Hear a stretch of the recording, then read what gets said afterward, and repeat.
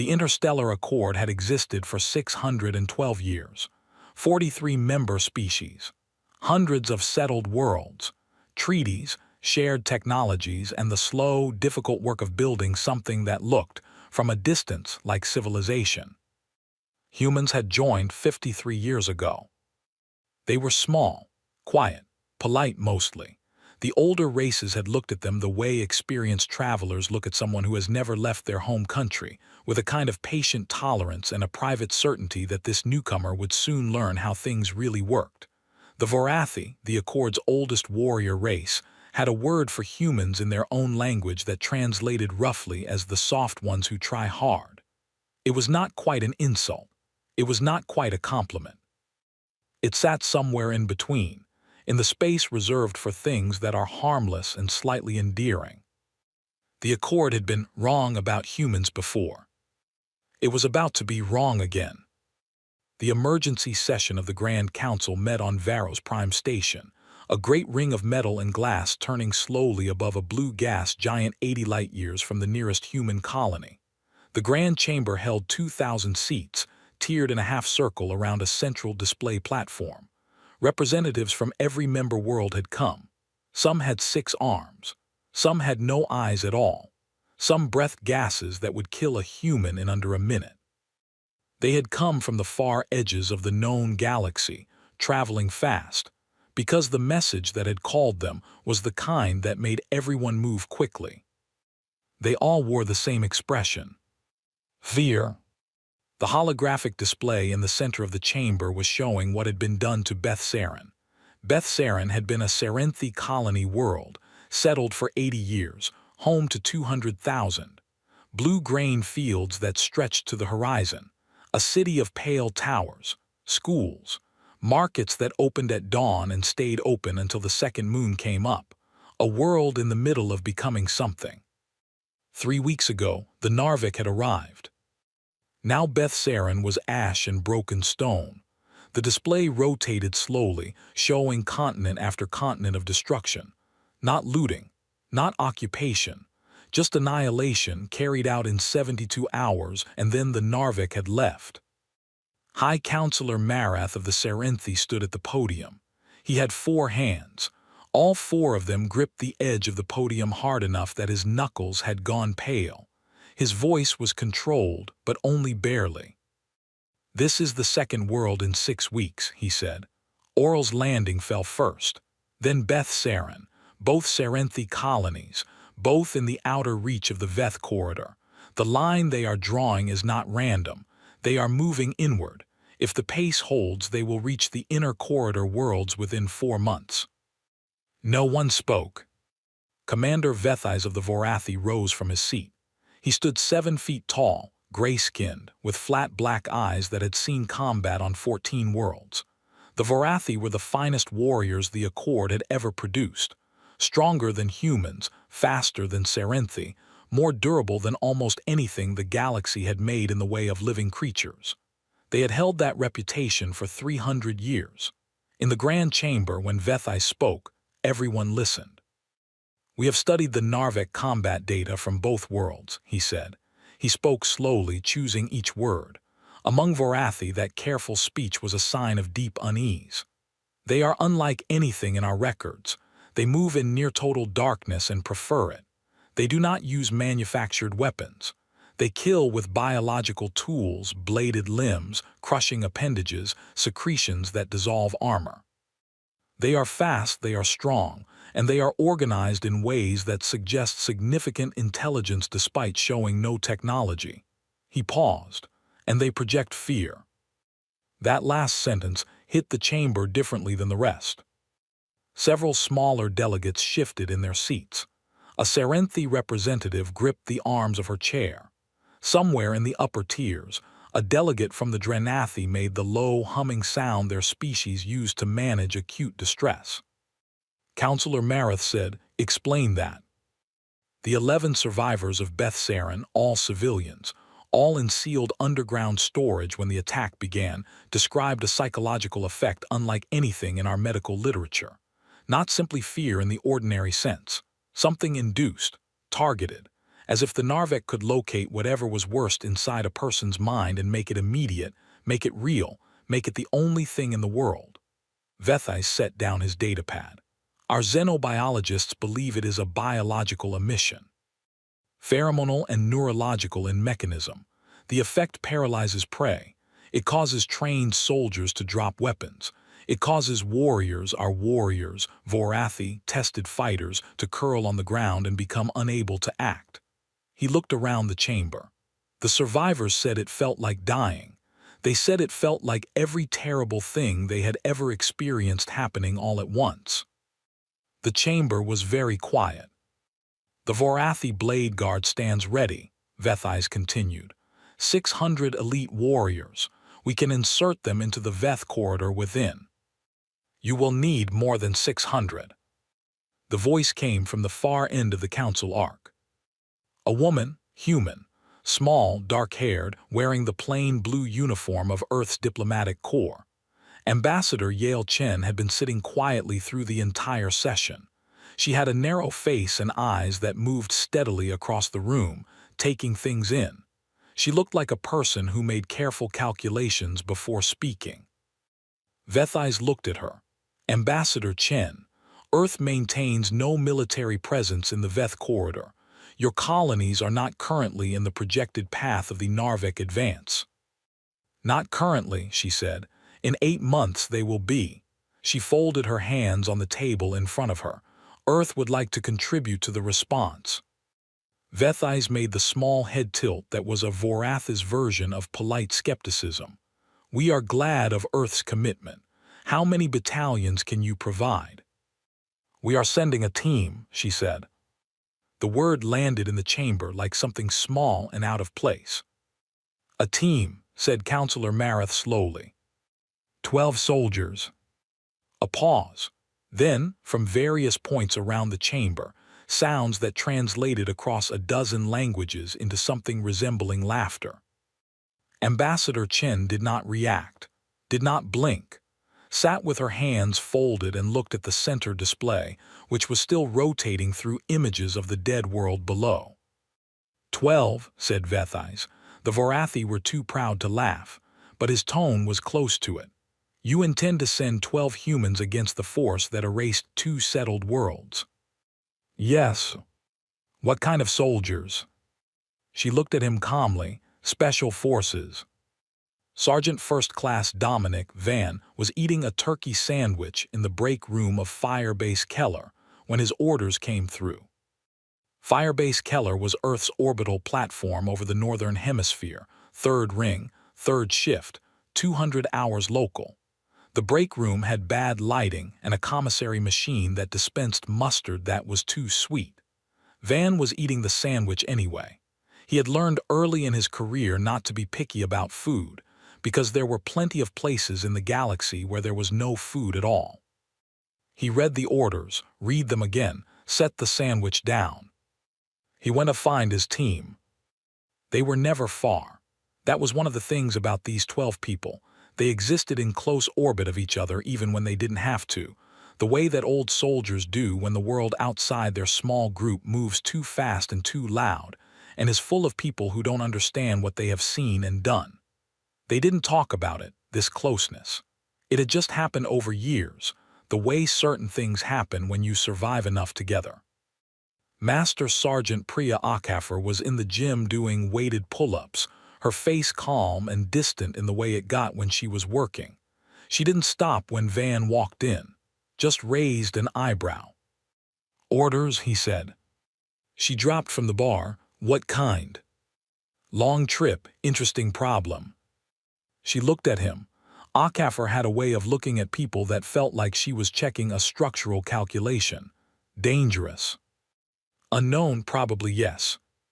She nodded. Give me 2 minutes to get my gear. Corporal Fenn Darrow was at a table in the corridor playing solitaire. He had been playing solitaire alone for 20 minutes, which meant he was thinking about something and needed his hands occupied. He looked up when Van stopped. Orders, Darrow said, not a question. Yes. Interesting ones. The whole galaxy is watching. Darrow swept the cards together and stood up. Let's go. It took 40 minutes to collect the rest. Staff Sergeant Luz Reyes, who woke up when Van knocked and was dressed and ready in 90 seconds, coffee in hand. Sergeant Holt, who had been sharpening a knife that didn't need sharpening but did it anyway because it steadied him. Specialists Park, Adami, and Voss. Corporals Tanaka and Breckenridge. Private First Class Maida, the youngest of them, with the quiet face that people consistently underestimated. And Warrant Officer Sable, who handled their technical systems, never gave a first name, and made statements so precisely accurate that they made people uncomfortable. 12 people in a small briefing room, and Van laid it all out. The Narvek, Beth Sarin and Oral's Landing, the Grand Council, Ambassador Chen, 12 humans being sent into the Veth corridor. He waited for the reaction. Reyes leaned back in her chair. Us 12. Yes. Against what destroyed 2 colony worlds. Yes. She nodded. Okay. She took a sip of coffee. What do we know about their movement patterns?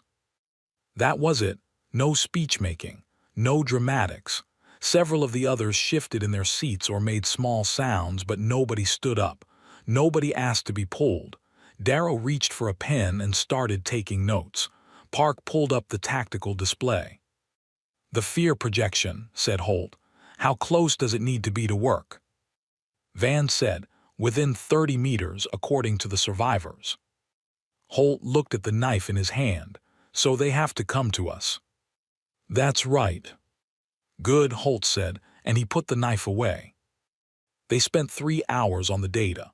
Maps, terrain analysis, Narvek biology from the fragments the Accord had managed to recover, movement patterns extrapolated from the attack timelines, the known mechanics of the fear projection, and the single most useful detail in the entire file. The Narvek had never, in any recorded engagement, encountered a target that did not respond to the projection. Every species they had faced had been paralyzed by it. Every time. Maida had asked the question that was in everyone's head. Why does Ambassador Chen think 12 of us changes that? Van said, because she asked for us by name. That settled something in the room. It was not pride exactly. It was closer to recognition. The understanding that the people sending them knew what they were sending, which was sometimes more than soldiers got. They boarded the Varathi transport Long Patience at 300 hours. No ceremony. No crowd. 12 humans with their gear bags, walking through a loading bay, heading for the edge of the known galaxy. Commander Vethais had chosen to travel aboard the Long Patience personally. Among Varathi, this meant he had judged the mission important enough to stake his own life on. It also meant he could observe the humans directly, which he wanted to do, because he had read their service records and found them deeply unusual, and he believed in forming his own conclusions from what he could see. He observed them throughout the 4-day voyage.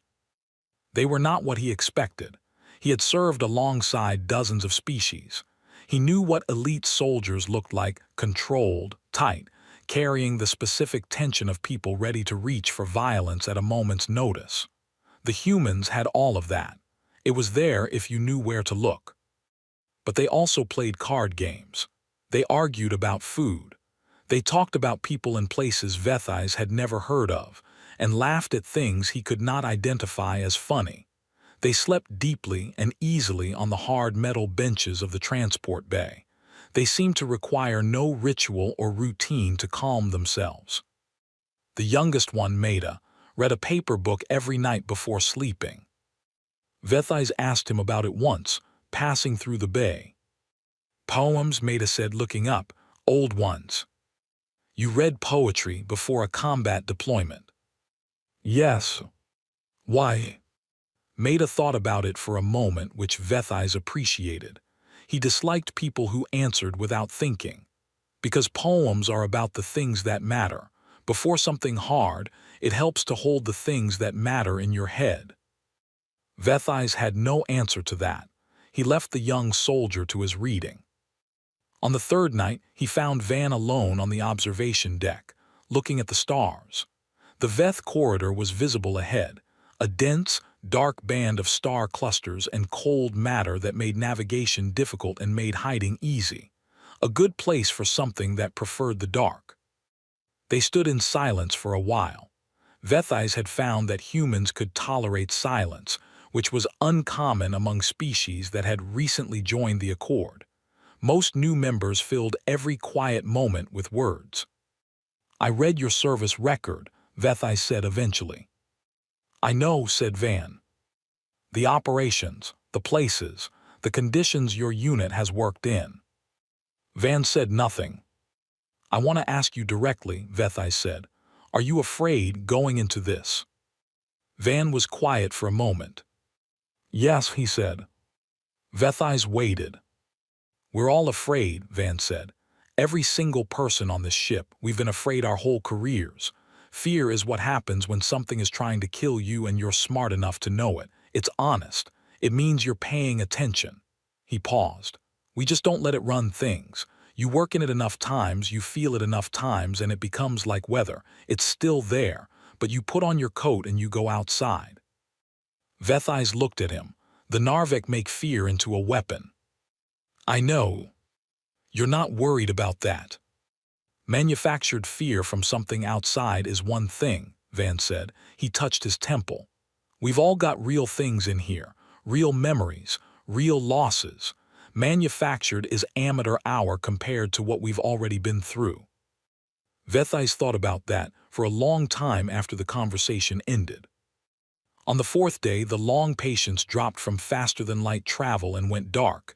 No running lights, engines at minimum power.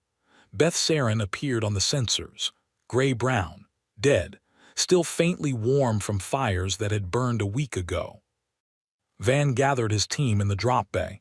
He looked at each of them, 12 faces. "This is what we came for," he said. "Let's go to work." Nobody cheered. Nobody said anything brave or notable. They checked their gear, loaded their weapons, and climbed into the drop pods. And somewhere in the dark of the Veth corridor, in a fortress that had never been threatened, something ancient and predatory felt, for the first time, something it had no word for. Something faint and unfamiliar that was not quite an emotion and not quite a warning. It dismissed it. It would not make that mistake again. They landed on Beth Saren at night. No lights, no landing burn. The drop pods came in dark, guided entirely by Sable's navigation, and hit the ground with soft, controlled impacts across a scatter pattern half a kilometer wide. The landing site had been chosen carefully, the ruins of the colony's outer district, where the buildings were collapsed enough to break up their silhouettes but still intact enough to provide cover. Keth had insisted on joining them on the ground. He was Vorathi, one of Commander Vethais's senior officers, a warrior with 22 years of combat experience across 9 documented engagements. He had volunteered for the observer role because he wanted to see these humans work with his own eyes. Records were one thing. He believed in what he could observe directly. His pod cracked open. Cold air came in fast, thin atmosphere, temperatures below freezing, and underneath the cold, a smell. Something burnt, and beneath the burning, something organic and wrong, like the aftermath of a slaughterhouse that had been lit on fire. He stepped out. The humans were already out of their pods, all 12 of them already oriented, already moving, quiet and efficient in the dark in a way that reminded Keth of a mechanism switching on. No adjustment period, no hesitation, just immediate function. Van materialized at his shoulder. "Stay close," he said quietly. "Don't use your light unless I say." "I have 22 years of—" "I know," Van said. "Stay close anyway." There was no argument in his voice, no edge, just the calm statement of someone who had made a decision and was not going to waste time discussing it. Keth stayed close. They spent the first 2 hours moving through what had been the colony's residential district. Keth had seen destroyed worlds before. The Vorathi had fought wars. He had walked through the aftermath of battles and known what mass death looked like. But there was something about Beth Saren that was different in a way he found difficult to name. It was the absence of anything defensive. There were no barricades, no positions where the colonists had tried to fight back, no scorch marks from return fire. The destruction was entirely one-sided. The Narvik had moved through this world the way a storm moves through a forest. The forest does not fight back. It simply ceases to exist. The humans moved through it systematically.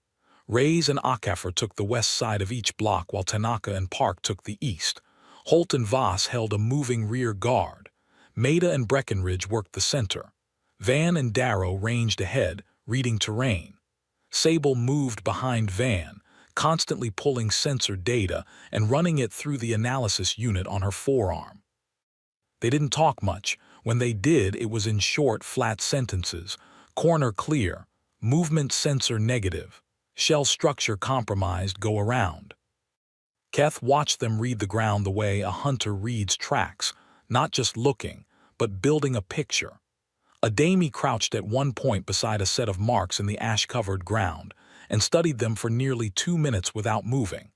Then he stood and made a gesture with 2 fingers that sent Van jogging quietly to his position. They conferred in low voices for 30 seconds. "What did you find?" Keth asked, coming up behind them.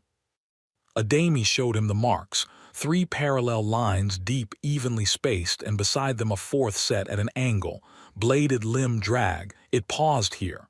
He pointed to a slight depression in the ash, crouched, turned to look at that building. He pointed left, then went that way. He pointed toward the center of the city. "You can read that from marks in ash," Keth said. "He can read that from marks in ash," Van said. "This is what Adami does." Adami stood up and kept moving. By midnight, they had built a clear enough picture. The Narvik had moved in from the north. They had swept south in a coordinated pattern that was not random, organized, deliberate, dividing the colony into sectors and clearing each one. They had withdrawn to the north after approximately 60 hours, and the trail was still fresh enough to follow. They set up in the ruins of a large storage building on the colony's northern edge. It had thick walls, only 2 entry points and a partial roof that still held. The humans set their perimeter, sensors, tripwires, 3 overlapping fields of fire in about 8 minutes. Keth had watched his own unit set perimeters. It usually took longer. "They'll come back," Van said, looking north. "They always go back to check their kills." "How do you know that?" Keth asked. Van looked at him. "Because that's what hunters do." The Narvik came at 300 hours. The sensors tripped first. Sable's voice came through the comm, flat and precise. North and east, multiple signatures closing fast. No alarm. No one scrambled. The humans simply moved to their positions. It happened with a smoothness that suggested they had done this, or something exactly like this, many times before in many different dark places. Keth had his weapon raised. He was positioned behind a collapsed wall section, a good firing angle on the northern approach. He was watching the dark through his targeting scope. Then the fear hit him. It was not like anything he could have prepared for. He had read the reports. He knew the mechanism, pheromonal, neurological, induced. He had told himself it was a biological process, a chemical effect, no different from any other hazard. He had believed on some level that his experience would protect him.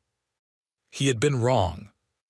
It came like something opening inside his chest, not from outside, from inside, from the deepest part of him, from the place where every soldier keeps the memories they don't look at directly, the faces of those he had lost, the engagement on Verlith Station where he had made a decision in 3 seconds that had killed 6 of his own people, the smell of their blood, the way the sound of the battle had continued around the silence of what he had done, things he had managed. Things he had put in a sealed room inside himself and never unlocked again. The Narvik unlocked them all. His legs stopped working. He grabbed the wall beside him and held on. The scope was still up, but he could not make his eye work properly. The fear was not simply present. It was total, filling every piece of him the way water fills a vessel, leaving no room for anything else. He heard firing. It was coming from every direction around him. The humans were shooting. He could see their shapes in his peripheral vision, could register that they were standing, moving, working. He could not understand it.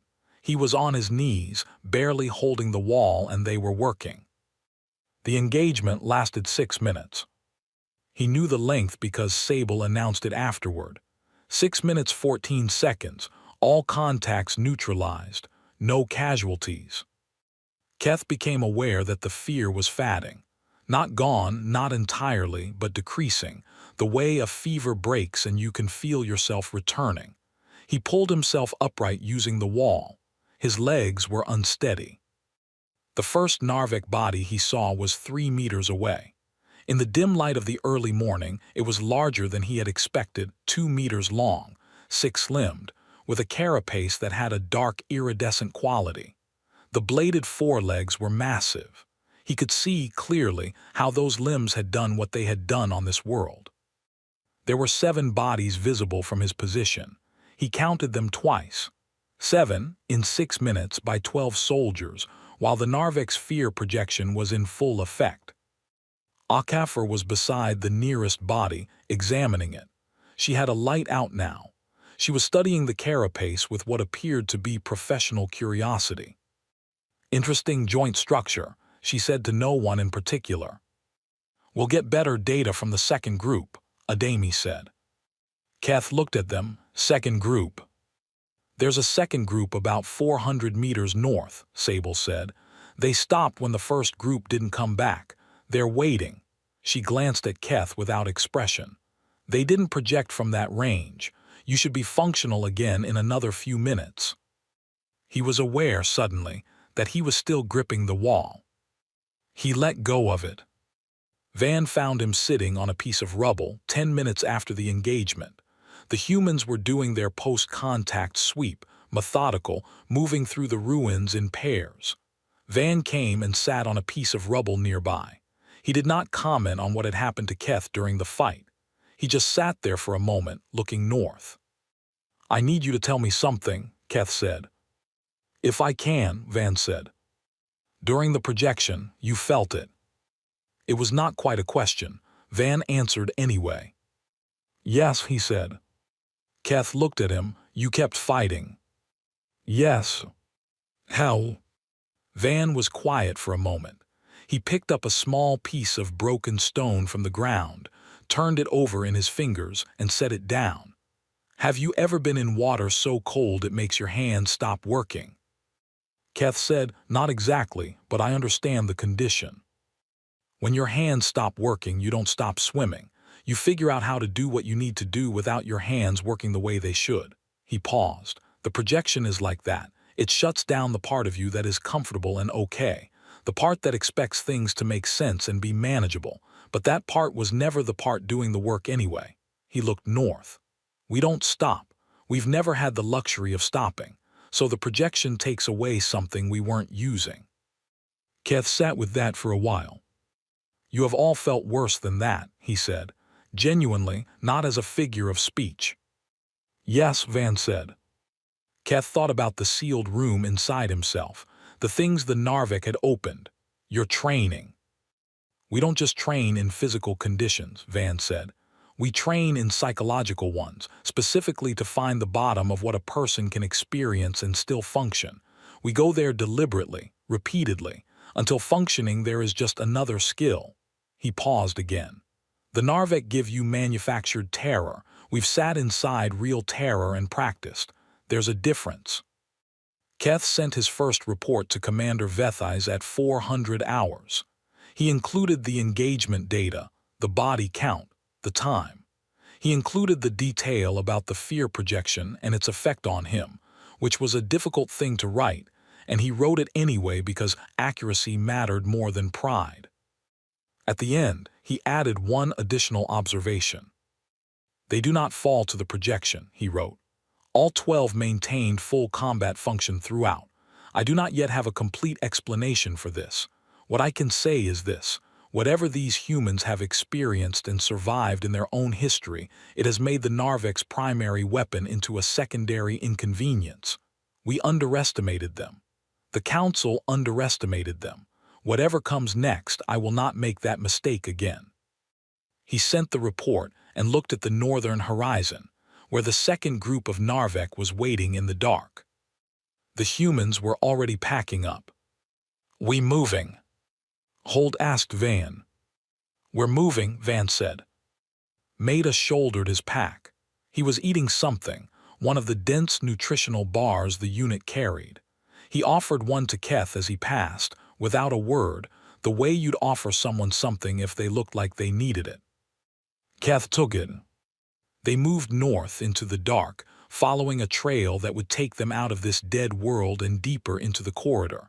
Somewhere ahead, the Narvik had a home, a place they came from and returned to, a center. That was where they were going. Behind them, Beth Saren settled back into silence. The ash was undisturbed now, and in the quiet ruins, 7 Narvik bodies lay still in the pale light of an early dawn. And for the first time since they had begun their expansion through the Veth corridor, the second group of Narvik, 400 meters to the north, had stopped advancing. They were waiting, uncertain. Their scouts had gone silent. Something in the dark ahead of them was not behaving the way prey was supposed to behave. They did not know yet what to do with that. They would learn, but the lesson would not be the one they expected. The trail led them out of Beth Saren's system and deeper into the Veth corridor.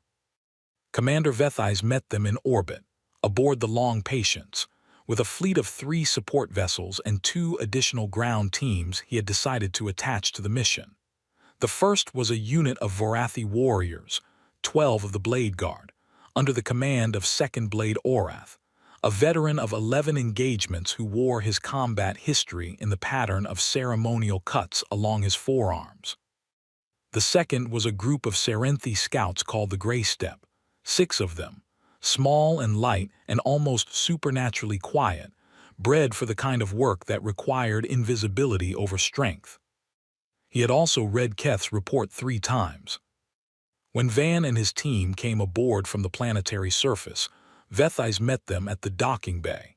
He stood in the middle of the corridor, and when Van walked in with ash still on his boots and 7 Narvik contacts behind him, Vethais did the thing that among Vorathi meant the highest professional acknowledgement. He moved aside to let them pass first. Van noticed. He said nothing. He nodded, which among humans meant something similar. "We tracked them back to the 3rd planet in the Veth 7 system," Van said, walking beside Vethais toward the briefing room. "They're not just passing through the corridor. They came from somewhere." "We believe so," Vethais said. "Our long-range sensors have identified a structure on the dark side of Veth 7's 3rd moon, very large, partially organic in composition." "A hive," Van said. "We believe so," Vethais said again. "Then that's where we're going." Vethais looked at him. "The Blade Guard and the Grey Step will go with you." "I know," Van said. "Brief them on the fear projection. Specifically, brief them that it will work on them and they need a plan for when it does." Vethais paused. "And your team?" Van's expression didn't change. "We have a plan already." Veth 7's 3rd moon had no name in any Accord catalog. It was barely large enough to qualify as a moon, a dark, dense mass of rock and frozen compounds, tidally locked so that one side faced the parent planet in permanent illumination, and the other faced open space in permanent dark. The Narvik had built their fortress on the dark side. The insertion force made landfall in 3 waves, 30 kilometers from the target. The Long Patience hung in a low orbit at minimum power, silent as a drifting rock. Vethais was aboard. Keth was on the ground. The terrain was difficult. Broken volcanic rock, fields of frozen gas that had been solid for millions of years, and elevation changes sharp enough to be dangerous in the low gravity. There was no atmosphere to speak of. They moved in sealed environment suits, which limited some things and helped others. The suits had thermal regulation, which was important because the temperature on the dark side of the moon was cold enough to kill an unprotected organism in 3 minutes. They moved in a column. The Gray Step scouts took the point, spread across a 400-meter front. The Blade Guard followed, Oreth at their center. Then the humans, steady and quiet, with Keth moving alongside Van. For the first 3 hours, nothing happened. It was a different kind of hard work than combat, the sustained physical effort of moving through difficult terrain in heavy suits while keeping noise discipline and field awareness. The Vorathi were built for it and showed no difficulty. The Gray Step were almost supernatural in how quietly they moved across rock. The humans moved with a methodical, ground-eating pace that covered distance efficiently without ever looking hurried. Keth found himself watching them again. He had been doing this since Beth Saren, studying them, trying to find the pattern. He noticed that they talked more than he expected during movement. Not constantly, they maintained discipline, but in quiet short bursts during natural pauses. Not tactical talk, other things. Park told Adami something about his daughter's first steps, 2 sentences, no more. Reyes and Breckenridge had a brief, low conversation about something they had eaten at a place on Earth called the Taco Stand on 8th that had apparently been extremely important to them. Holt, who spoke the least of any of them, hummed something very quietly to himself. The same 4 notes, over and over, like a calibration sound. They carried the weight of the mission and talked about their lives inside it. Keth did not know what to do with that. The Vorathi did not mix the two. When you were on a mission, you were the mission. Personal history was a different drawer, kept closed during operational periods. The humans kept all their drawers open. He asked Van about it during a rest period. Makes the job smaller, Van said simply. The job gets very large in your head if you let it. You think about the stakes, the consequence, the outcome, and it grows until you can't see anything else. Talk about something real, something from your actual life, and it brings everything back to size. The job is just a job. It doesn't get to be everything. Keth thought about that. Does it work? He asked. We're here, aren't we? The projection started 6 hours in. It was low at first, a background hum of unease, too subtle to identify as external. Keth felt it as a slight wrongness, like a sound at the edge of hearing that you weren't sure was real. The Serenthi scouts registered it before anyone admitted it. He could see it in the way their movement changed, slightly less fluid, slightly more careful. Second Blade Oreth said nothing, but Keth knew Oreth, and he could see the slight tightening in the Vorathi's posture that meant he felt it too. By hour 7, it was not subtle anymore. Keth was walking and the sealed room inside him was opening again. It did it quietly this time, not the sudden flood of the first night, but a slow seep. Memories at the edges of his thoughts. The engagement on Verlith Station. The 6 he had lost. He knew, with the rational part of his mind, that this was the projection, biological, chemical, not real. He had that knowledge clearly. It did not help. He focused on the ground in front of him. Rock, step, rock, step. One of the Gray Step scouts stopped. The scout's name was Sarenvel. She was the best of the 6, the one their unit commander had called the finest tracker he had produced in 15 years. She stood in the middle of the column and she stopped, and then she sat down on the frozen rock, and she did not get up. The column halted. Her unit commander went to her, spoke to her quietly. She did not respond. She was curled slightly, arms around her knees, and the subtle vibration in her body that could be seen even through the environment suit told everyone everything they needed to know. The projection had found her bottom. Reyes was there in 4 seconds. She crouched beside Sarenvel, spoke to her in a clear, calm voice through the suit comms. The words were in Serenthi basic phrases, and she got them roughly right. I see you. You're on the ground, you're solid, feel the ground. She put one hand on the Serenthi's back, firm and steady. Breathe, count the breaths, start at 10. Sarenvel's trembling slowed, not gone but slower. Oreth stood nearby. She cannot continue, he said.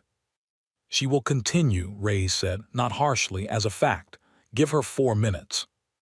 In 4 minutes, Sarenvel got up. She was not okay. The look in her eyes, visible through her visor, was the look of someone who had been shown something they would not easily put back. But she was on her feet. Reyes walked beside her for the next 2 hours. The second gray step who broke did not sit down. He ran. He simply turned and went fast back the way they had come, in silence, moving at the top speed the low gravity allowed. His unit commander called after him twice, then stopped. Orath looked at Van. 2 of my blade guard are managing, Orath said. Barely. He said it as a professional assessment, not a complaint. The effect is strengthening as we close the distance. I know, Van said. Your team, Orath said carefully. Still good, Van said. Orath looked at the humans moving steadily through the column. Park was saying something quiet to Maida, and Maida was nodding. Adami was reading his sensor display and making notations. Holt was humming his 4 notes. Why? Orath asked. Van thought about it for a moment. You've seen combat, you've been afraid. In combat you felt afraid and you kept going. Yes, Orath said, that was simply the job. My unit has trained specifically in fear. Not just combat, not just danger, we have been put deliberately and repeatedly into the worst psychological places a person can survive, not to make us unafraid, to make functioning while afraid into something the body knows how to do the way it knows how to breathe. He looked at Orath. Your blade guard are trained to fight through pain, physical pain. My unit is trained to fight through this. They've been in this room before many times. They know the walls. Orath absorbed this. Humans do this to their own soldiers. To their best ones, Van said, voluntarily. Orath said nothing for a long moment. Then, a strange species. Yes, Van said, and something in his voice suggested he agreed completely. They found the fortress 15 kilometers ahead. Darrow saw it first on the long-range optics, a shape against the permanent black of the horizon that didn't match the rock around it. He signaled a halt without sound, just a fist up, and the column stopped. The shape resolved on magnification into something that was difficult to look at directly. Not because of the projection, that was present but manageable now. A constant background noise the humans wore like bad weather. But because the fortress itself was wrong in a fundamental visual way. It was large. Very large. The initial estimate was 3 kilometers across and several hundred meters tall in its highest sections. It was built from the rock of the moon and from something else, something that had been added to the rock and had changed it, darkened it, given it a texture that was almost biological, like the surface of a living organ enlarged to the scale of a building. The outer walls breathed. Not visibly, not quickly, but the sensors confirmed it. The fortress was alive in some sense, not an independent creature, but not simply a construction either. The Narvek had grown it as much as they had built it. There were no lights. It was perfectly dark against the starfield. The humans gathered around Van and Sable, and the holographic display she projected from her forearm unit. The display showed the fortress in the pale blue lines of sensor interpretation. 4 main entry points, Sable said. Here. The largest is on the north face, wide enough for a significant force to enter or exit. The other 3 are smaller, possibly auxiliary. Internal layout is unclear. The walls have a density that limits deep sensor penetration.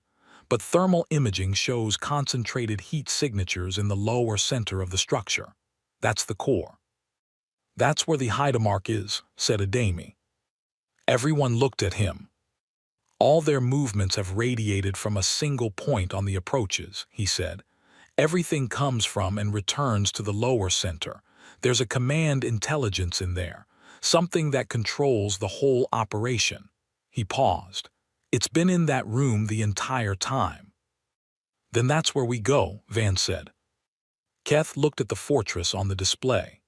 3 kilometers of unknown internal structure, an unknown number of Narvek, and a fear projection that had already broken 2 of the finest scouts the Serenthi produced, and had two of the Vorathi blade guard fighting for function. "I want to make something clear," Keth said. Everyone looked at him. "I will complete this mission," he said. "I will be at reduced effectiveness during the assault due to the projection, but I will not stop.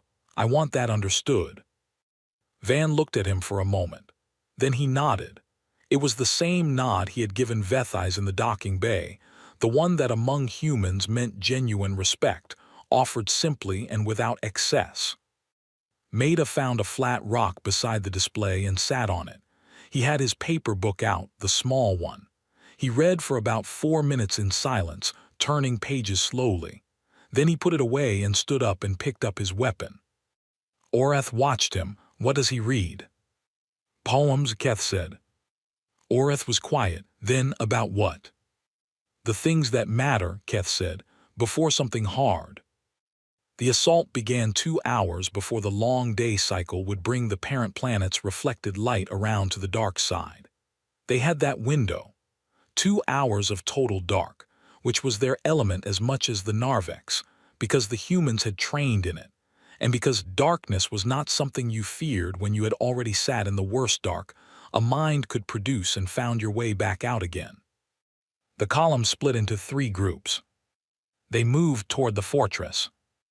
Inside it, in the deep heat of the central chamber, the Hydamark of this colony, oldest, strongest, the one who had directed the destruction of 2 worlds, felt the projection push out from itself in the maximum radius. It filled the dark of the moon for 2 kilometers in every direction. Every living thing within that radius felt it. Most of them stopped. Not all of them. The Hydamark sent that information forward through its neural network to the warriors positioned at the entry points. The signal carried urgency, something it had never had reason to send before. "Prepare for entry. Something is coming that does not stop." The breach began in darkness and it stayed in darkness. That was Van's call, made 2 hours before insertion, and it was the right call. The Narvek fortress had no artificial light.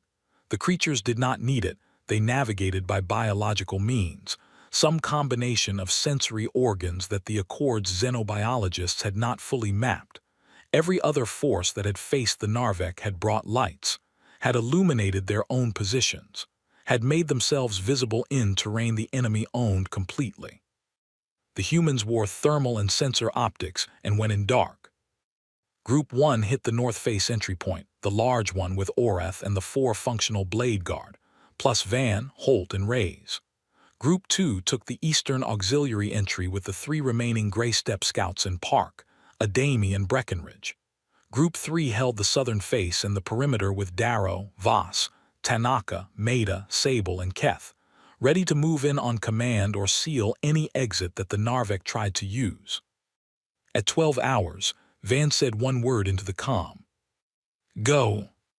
The north face entry was not a door. It was an opening in the fortress wall that had been grown rather than constructed. The edges of it were organic, dark, smooth like old bone. It was 3 meters wide and 4 meters tall, and it led into a passage that curved immediately to the left so that nothing outside could see what was inside. Van went through first. The passage was warm. The walls radiated heat. The floor had a texture like bark, not stone, not metal, the biological element of the fortress becoming more apparent the deeper they went. It was quiet except for a low sound that came from everywhere and nowhere, a subsonic vibration that wasn't quite a sound and wasn't quite a feeling. The fear projection was stronger inside, significantly stronger. Orath went down on one knee 12 meters in. He caught himself on the wall, pushed back up, kept moving. His combat discipline was extraordinary. Whatever the projection was doing to him, he was taking each step the way a person climbs in the face of a strong wind, leaning into it, refusing to stop while the body could still refuse. Holt reached back and put a hand on Orath's shoulder for exactly 2 seconds, not stopping, just contact, then forward again. Orath moved. They came around the curve of the passage, and the fortress opened up. The interior was vast. The sensor optics couldn't fully render the scale of it. Estimates put the ceiling at 40 meters. The space was divided by formations that rose from the floor and hung from above, like the ribs of some enormous body, creating natural corridors and chambers within the larger space. The thermal optics lit it all up in shades of orange and red, and in those corridors and between those formations, Narvik moved. Dozens of them. More coming into view as seconds passed. Van made the assessment in the time it took to exhale. Then he fired. The fight that followed inside the fortress bore no resemblance to the clean engagements in training scenarios. It was close. It was constantly moving, three-dimensional with threats from above as well as ahead, as the Narvik used the formations as climbing terrain. It was loud.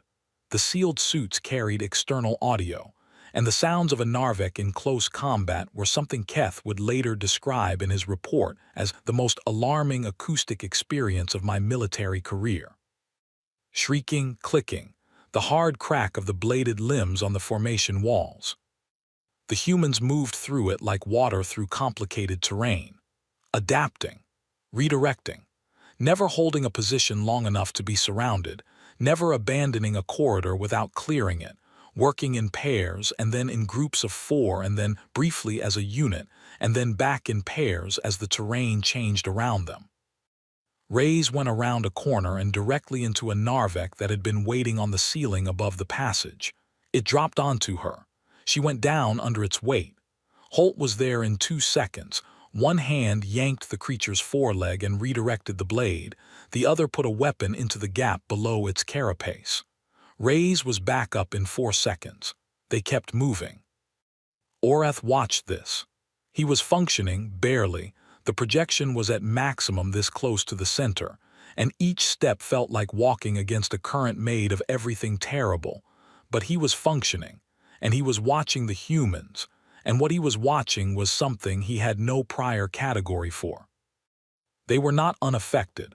He could see it if he looked carefully, the slight additional tension in movement, the fractional extra effort in every action, the way Ray's breath through her nose instead of her mouth after the ceiling ambush, a technique for managing adrenaline he recognized. The projection was hitting them. They were simply continuing.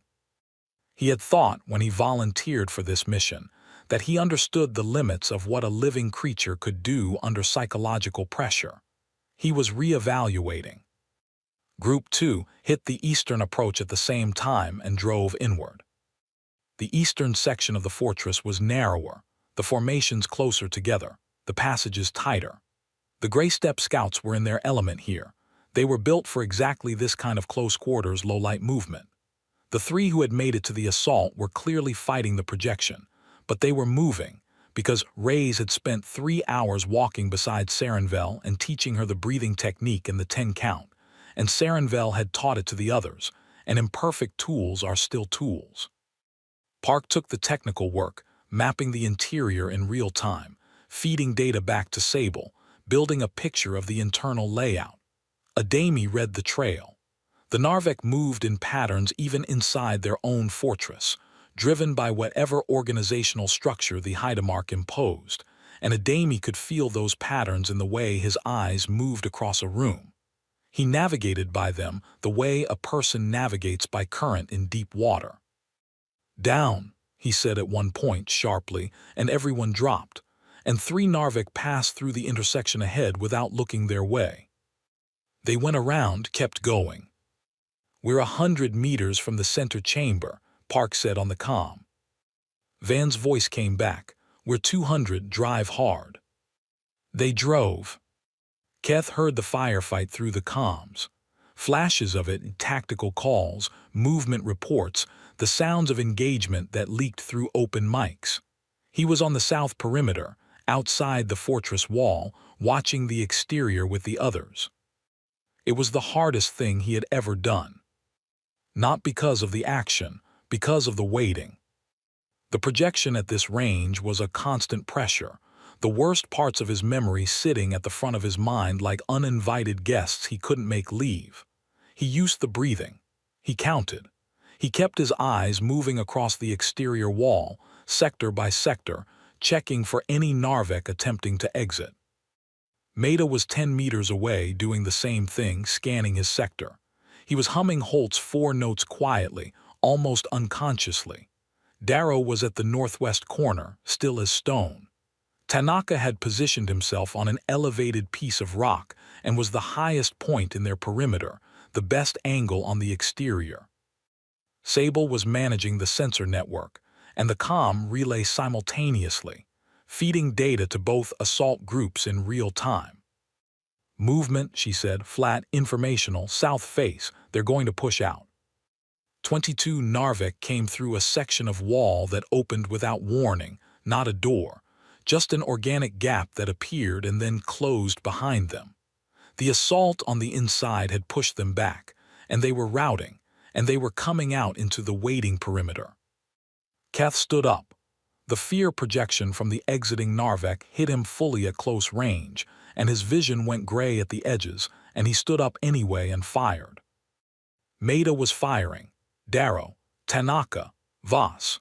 The perimeter was small, 6 people, one of them Keth, and 22 Narvik was not a manageable engagement under normal circumstances. These were not normal circumstances. They were fighting in maximum projection range, in the dark, on terrain they had been standing on for exactly 40 minutes. The engagement lasted 8 minutes. Afterward, Keth was sitting on the frozen rock of the moon's surface and Voss was beside him. Voss was not saying anything. She had taken a hit from one of the bladed limbs. The suit was scored across the left shoulder, intact but damaged, and she was running a diagnostic on the suit's integrity with one hand while she kept her weapon ready with the other. She looked at Keth, checked that he was functional, looked away. No comment on his condition. No performance of concern. Just acknowledgement that he was there. He found this, oddly, the most stabilizing thing anyone had done for him in the last 12 hours. "Are you hurt?" he asked. "Suit's fine," she said. "I'm fine." "That's not what I asked." She glanced at him again, almost smiled. "The limb hit the suit hard. It'll bruise. I'll deal with it later." She looked back at her sector. "We can talk about it at the debrief." Van reached the central chamber 4 minutes after Park announced the range. The chamber was enormous. Even with thermal optics, the full extent of it was unclear. The low subsonic sound was loudest here, a vibration that moved through the floor and the walls and the air, or what passed for air in the sealed space. The biological quality of the fortress was at its most extreme. The walls here were clearly alive, moving in slow rhythms like a breathing chest. And in the center of the chamber, the Heidemark. Van had seen the extrapolated size estimates in the briefing file. He had prepared himself for something large. The preparation was insufficient. The Heidemark was 4 meters tall in its resting configuration, with 6 primary limbs and secondary structures along its dorsal surface that served purposes he could only partly guess at. Its carapace was not the dark iridescence of the smaller Narvik. It was black with an absolute quality, like looking at an absence rather than a surface. The fear projection hit Van like a wall. The worst thing, the specific worst thing that his mind held, the one he had carried for 11 years, the one that had changed what he was, not a memory of being afraid, but a memory of being responsible for something that had gone wrong in ways that could not be corrected or undone or forgiven. The faces, the names. He had all 11 names memorized still, which was a form of discipline he had imposed on himself, and a form of punishment he had never stopped paying. He felt all 11. He kept walking. The Heidemark's secondary structures shifted. It was watching him. He was still 30 meters away, moving steadily across the chamber floor. It projected harder. Oreth went down behind him. Not out, Keth would report later that Oreth had gotten back up within 2 minutes, but down. 3 of the 4 blade guard were on the floor. Reyes was upright, barely, her hand on one of the formation columns. Holt was moving beside Van, slower than normal, his jaw set in a way that turned his whole face into a single expression of refusal. The Hydamark did something then that Van had not seen in the engagement data. It spoke. The sound was not language by any recognizable structure, but Sable's translation system had enough Narvik acoustic data from the Accord's records to produce something approximate. The words came through Van's earpiece in a flat, mechanical render. "What are you?" Not a question. The inflection in Narvik biology didn't produce questions the way human speech did. It was a statement of classification failure. It was the sound of something that had cataloged every prey species in the Veth corridor, encountering something that did not fit any category. Van kept walking. He was 15 meters away. He said human. 10 meters. He raised his weapon. The Hydamark projected everything it had. Van felt every one of the 11 names again and something underneath them that was older and less defined, the rawest thing at the bottom of everything he had survived. His legs were heavy. His vision had narrowed to a tunnel. He fired. The shot was not dramatic. It was placed exactly where the Accord's xenobiological data said the primary neural cluster of a Narvik of this class was located, slightly below and behind the first dorsal structure, in the gap between two carapace sections. He fired twice, standard protocol, one to breach and one to confirm. The Hydamark made a sound that the translation system could not render. It fell. The subsonic vibration stopped immediately. The organic walls of the chamber slowed their movement. The projection, the enormous, total, sustained projection of the Hydamark, cut off as if someone had thrown a switch. The silence was extraordinary. Reyes sat down heavily on the floor, not because she chose to, but because her legs made the choice. Holt put his back against a formation column and slid down it. Orath, who had gotten up again and walked to the chamber entrance, stood with both hands on the wall, breathing. Van stood in the middle of the chamber floor and looked at what he had done. Then he said into the calm, "Primary target down, begin sweep." His voice was exactly the same as it had been when he said, "Go," at the start of the assault. From outside, Keth heard it. He stood up off the rock where he had been sitting and checked his weapon and moved toward the fortress entry point. Inside, the humans were already sweeping. When Keth entered the chamber 2 minutes later, Holt was on his feet again and moving through the secondary spaces along the chamber wall. Reyes was checking the Hydamark's body with the same professional curiosity Akafar had shown at the first engagement site on Beth Saren. Park was updating the map. Darrow, who had come in from the perimeter with the secondary group, was eating a nutritional bar. He offered one to Keth as he passed. "Structural integrity on the west wing is compromised," Sable said. "We should move in 40 minutes. "Copy," said Van. He was standing in the center of the chamber, looking up at the ceiling, which moved in its slow, diminishing rhythm as the fortress reacted to the loss of its Hydamark. He stood there for a moment with his eyes up and his face still, and then he looked back down and began checking his weapon for the next movement. Orath watched him. He had never seen anything like this. He had never wanted to exactly, but now that he had, it changed something in how he understood the word soldier.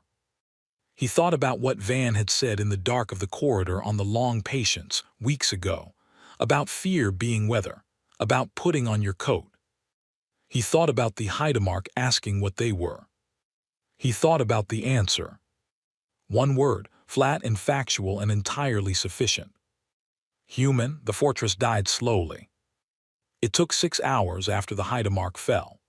The organic elements of the walls began to retract, contracting like muscle releasing tension, and the surfaces that had been warm became cool, and the subsonic vibration that had been the background noise of the entire interior faded to silence and then stopped completely.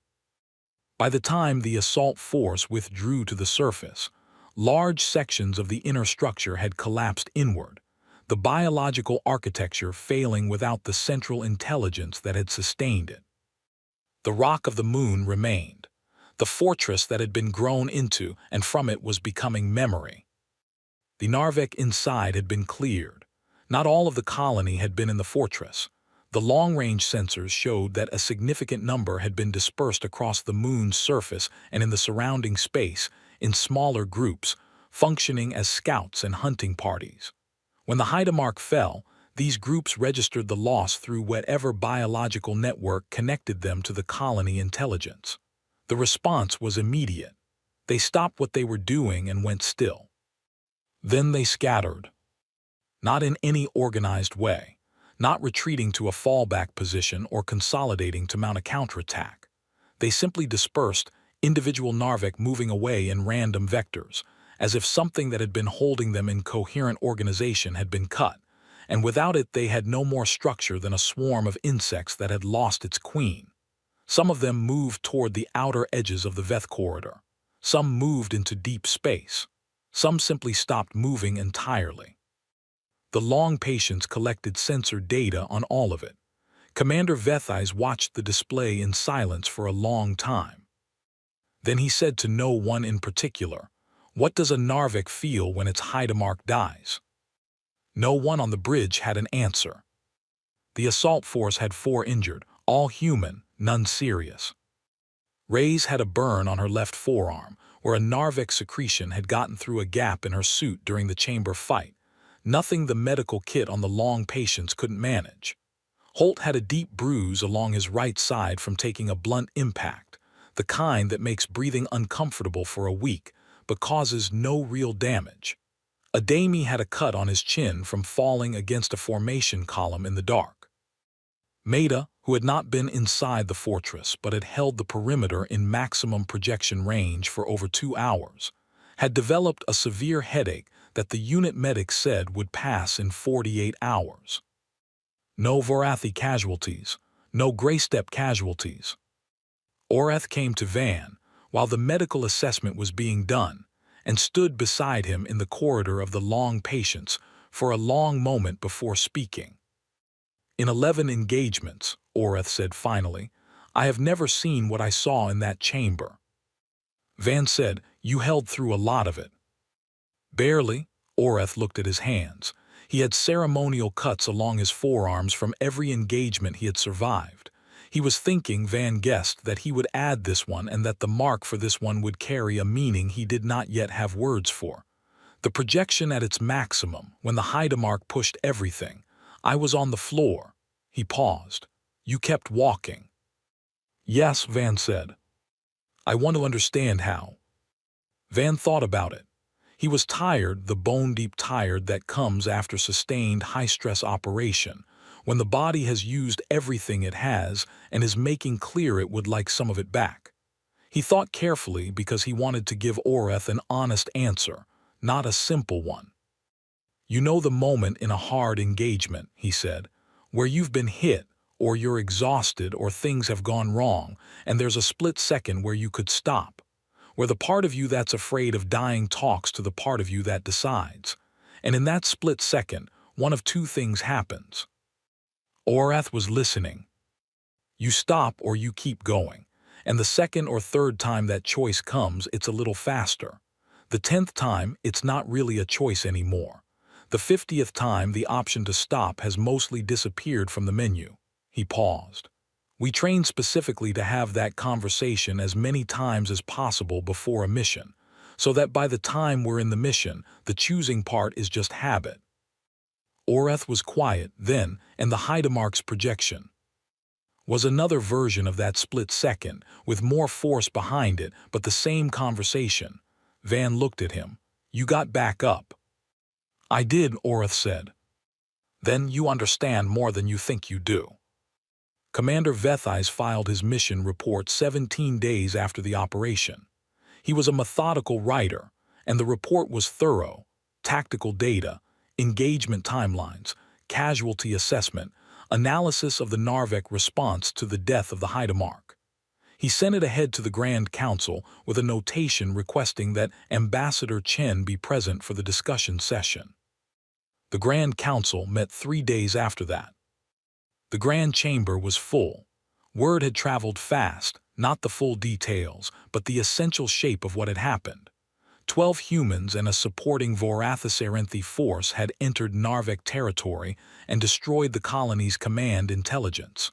The Narvek were in dispersal across the Veth corridor. The immediate threat to the inner corridor worlds had, for the moment, ended. The session began with Vethis presenting the tactical summary. He did it precisely, without drama, because he was Vorathi and precision was how they honored the significance of events. He described the engagement on Beth Saren, the trail to Veth 7's third moon, the assault on the fortress, the chamber. He described the fear projection at maximum range and its effect on every member of the force. And then he described the humans walking through it. The chamber was very quiet when he finished. High Counselor Marath spoke first. The projection had no effect on the humans. It had an effect, Vethai said. They felt it. I spoke directly to Sergeant Van about this. They felt everything it produced. He paused. They functioned anyway. Marath considered this. How is that possible? The chair at the end of the council arc shifted slightly. Ambassador Chen stood. She was wearing the same plain blue uniform she had worn to the first session.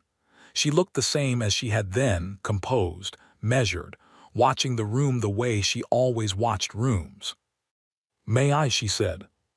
Vethais nodded and stepped aside. She stood at the podium and looked around the chamber. "You want to know what special forces are," she said. "Not the operational definition, the real one." No one spoke. "Human history is long and not very clean," she said. "We have had a great deal of practice in doing terrible things to each other. Thousands of years of it. Wars, atrocities, systematic violence, the full range of what intelligent creatures are capable of when they are afraid or greedy or angry or simply convinced that they have a good reason." She paused. "We also have a very long history of being afraid of the dark, because for most of our existence, the dark was where the things that killed us lived." She looked at the display. At some point in that history, different times in different cultures, but the shape is always the same, people began to understand something. The things in the dark that kill you do not become less dangerous if you are afraid of them. The darkness does not become less dark because you dread it. And the creatures that make you feel fear, that use your fear as a weapon against you, they only have that weapon for as long as the fear is in charge. She was quiet for a moment.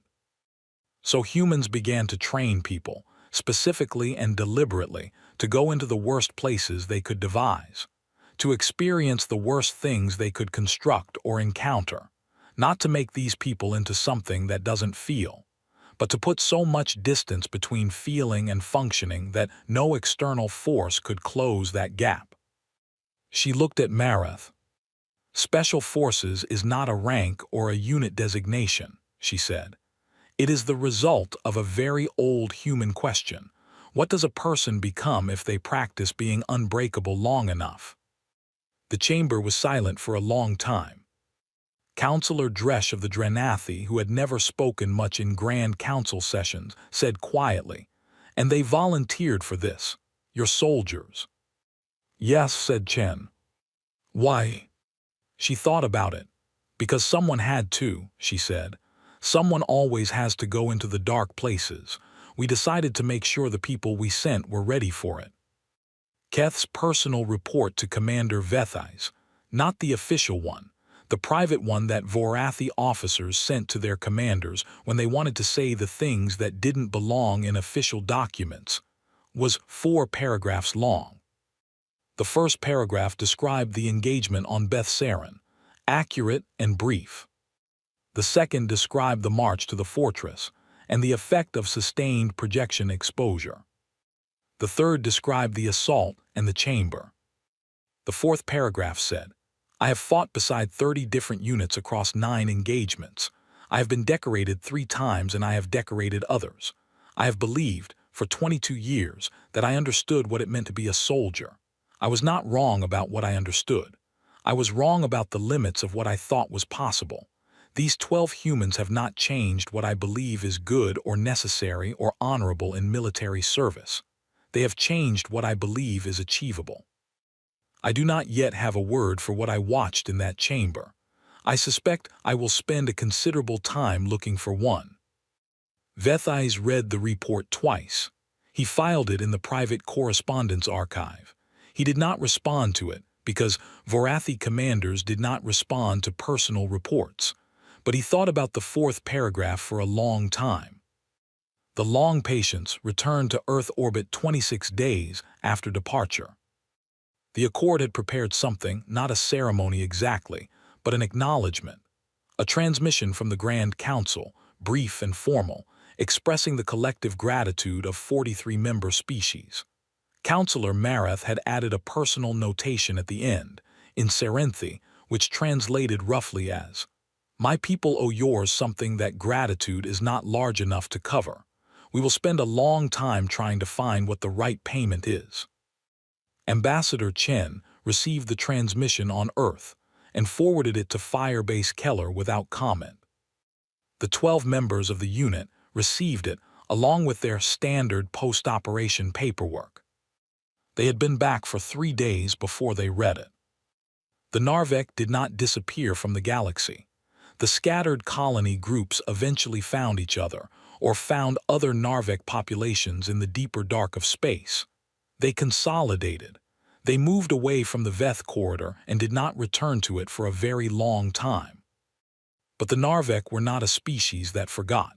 Their biological network carried memory the way their carapace carried scars. The death of the Hydamark was part of their collective record now, and with it, the information the Hydamark had transmitted in its last moments, the data of encountering something that the projection did not stop, something that walked through the fear and kept coming. In the Narvek's biological language, which had no word for human and no previous need for one, they began to use a phrase. The Accord's xenolinguists translated it 2 years later, when they had enough Narvek acoustic data to work from. The phrase was this: the ones who do not lie down. It was not a compliment in the way that Narvek biology was capable of producing compliments, but it was a category, a real one, filed in the collective memory with the weight of significant experience. The Narvek were very old. They had cataloged thousands of species. They had a category for every kind of prey. They had needed to build a new one. Dominic Van was eating a turkey sandwich in the break room of Firebase Keller 6 weeks after they came home. The commissary mustard was still too sweet. He was eating the sandwich anyway. The break room had the same bad lighting it had always had. From the window he could see a slice of earth below, blue and white, turning slowly, ordinary. Akafer was in the gym. Darrow was playing solitaire. Reyes had gone to visit her family for a week and come back 3 days early without explaining why, which was not unusual for her after long operations. Holt had driven 14 hours to see his sister, spent 2 days there and driven back. Maida had sent his paper book to be rebound because the spine had cracked somewhere on the moon of Veth 7 and was waiting for it to come back. He had looked slightly unmoored without it. They had all been home and they had all come back, not because they were required to yet, just because. The orders came through, while Van was on the second half of the sandwich. He read them, read them again. Different coordinates this time. A different corridor in a different part of the Accord's territory, where something had been happening that the member species couldn't resolve alone and had asked for help with. The file was new, but the shape of it was familiar, a problem that required going into a dark place and functioning there until the problem was done. He set down the sandwich. He went to find his team. They were never far. And in the grand chamber on Varros Prime, in the archives of the Interstellar Accord where 600 years of history were recorded, a new file had been added to the shared catalog that all 43 member species could access. It was not a long file. It contained the engagement data, the tactical reports, the final council session transcript, and the xenolinguistic analysis of the Narvek phrase the translators had worked out. It contained Vethais's official mission report and Keth's official mission report and Orath's short, careful statement that said more in 200 words than most after-action documents said in 2000. At the end of the file, someone in the Accord's archival office had added a classification tag. The file was tagged under two categories. The first category was Narvik Threat Response, Veth Corridor. The second category was something the archivists had created specifically for this entry, because nothing in the existing catalog was sufficient. The tag read Human Special Forces. See also, do not underestimate. The Accord had been wrong about humans before. They had learned this time to leave a note for themselves.